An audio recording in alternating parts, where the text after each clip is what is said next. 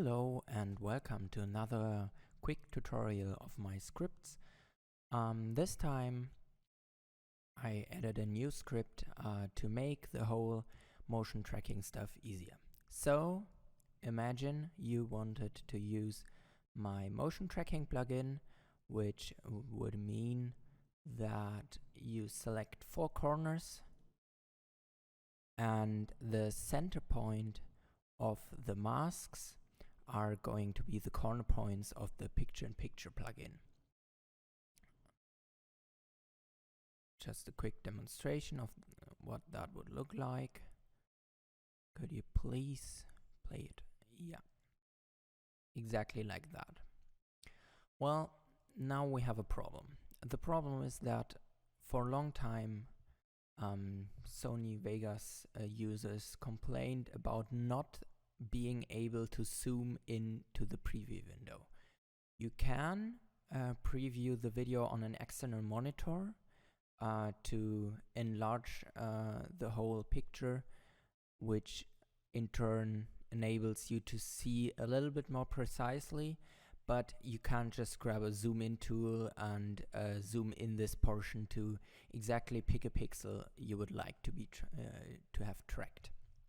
Well, this is a little bit unfortunate because this kind of motion tracking requires that you place the center point of the mask directly onto the pixel you want to have tracked. So how are we going to do this? Fairly easy, to be honest. So first we grab our Bezier masking plugin, add it to our plugin chain, and now we want to select the first corner point for our tracking. So let's take the corner of her glasses, for example. As you can see, it's quite difficult to properly position the center point on the corner of the glasses because you can't see. So how are we going to do this? It's fairly easy. You go to the position where you want your tracking to start. For me, it's the beginning of the clip. Then we are going to the pan and crop option, either here or here, if you already have this event open in the video event FX viewer. So we open the pan and crop option, and now we just zoom in using the pan and crop option to the corner of her glasses.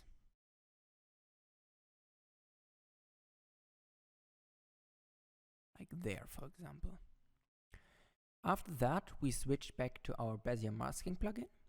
We can use a better preview quality. Alright. A little bit better, but not that much, to be honest. So I'll maybe leave it just on preview. After that, we now can precisely position our mask onto the point. And now don't just zoom out with the pan and crop option because it will not be aligned properly, as you can see. As I mentioned, this is not a native feature found in Vegas, so you have to use my script. Again, stay at the position you are and mark your clip. You can do that by holding Ctrl if you don't want your cursor to be moved. So normally if I click here or here, the cursor follows along with the click. But if you hold down Ctrl while doing so, the cursor won't move. So select the position you aligned your mask with, select the clip, go to Tools, Scripting, Precise Adjust Mask. After that, it wants to know which mask to copy from. In my case, only mask 1 is activated. I click on Done. And after that, he asks me if I want to adapt the mask scale. What does that mean? Well, you see the mask is currently that big, approximately. If I adjust the mask scale also, so if I click yes, then when he zooms out again, the mask will stay at the same size as I positioned it here. So this corner will stay at this pixel, this corner will stay at this pixel, and so on. If I don't adjust the mask scale, the mask will stay this big and the image will get smaller. So you will have a pretty big mask. This is useful. Sometimes this is useful in edge cases, and I will show you just in a second. If I adapt the mask scale,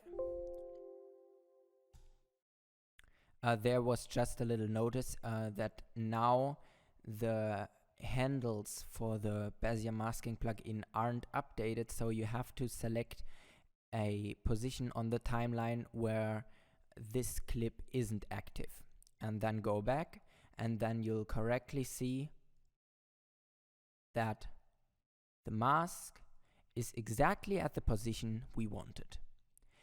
But as you can see, now it's pretty difficult to manipulate the size. You can, of course, pull here, but sometimes it can get so finicky that you can't really pull on these points.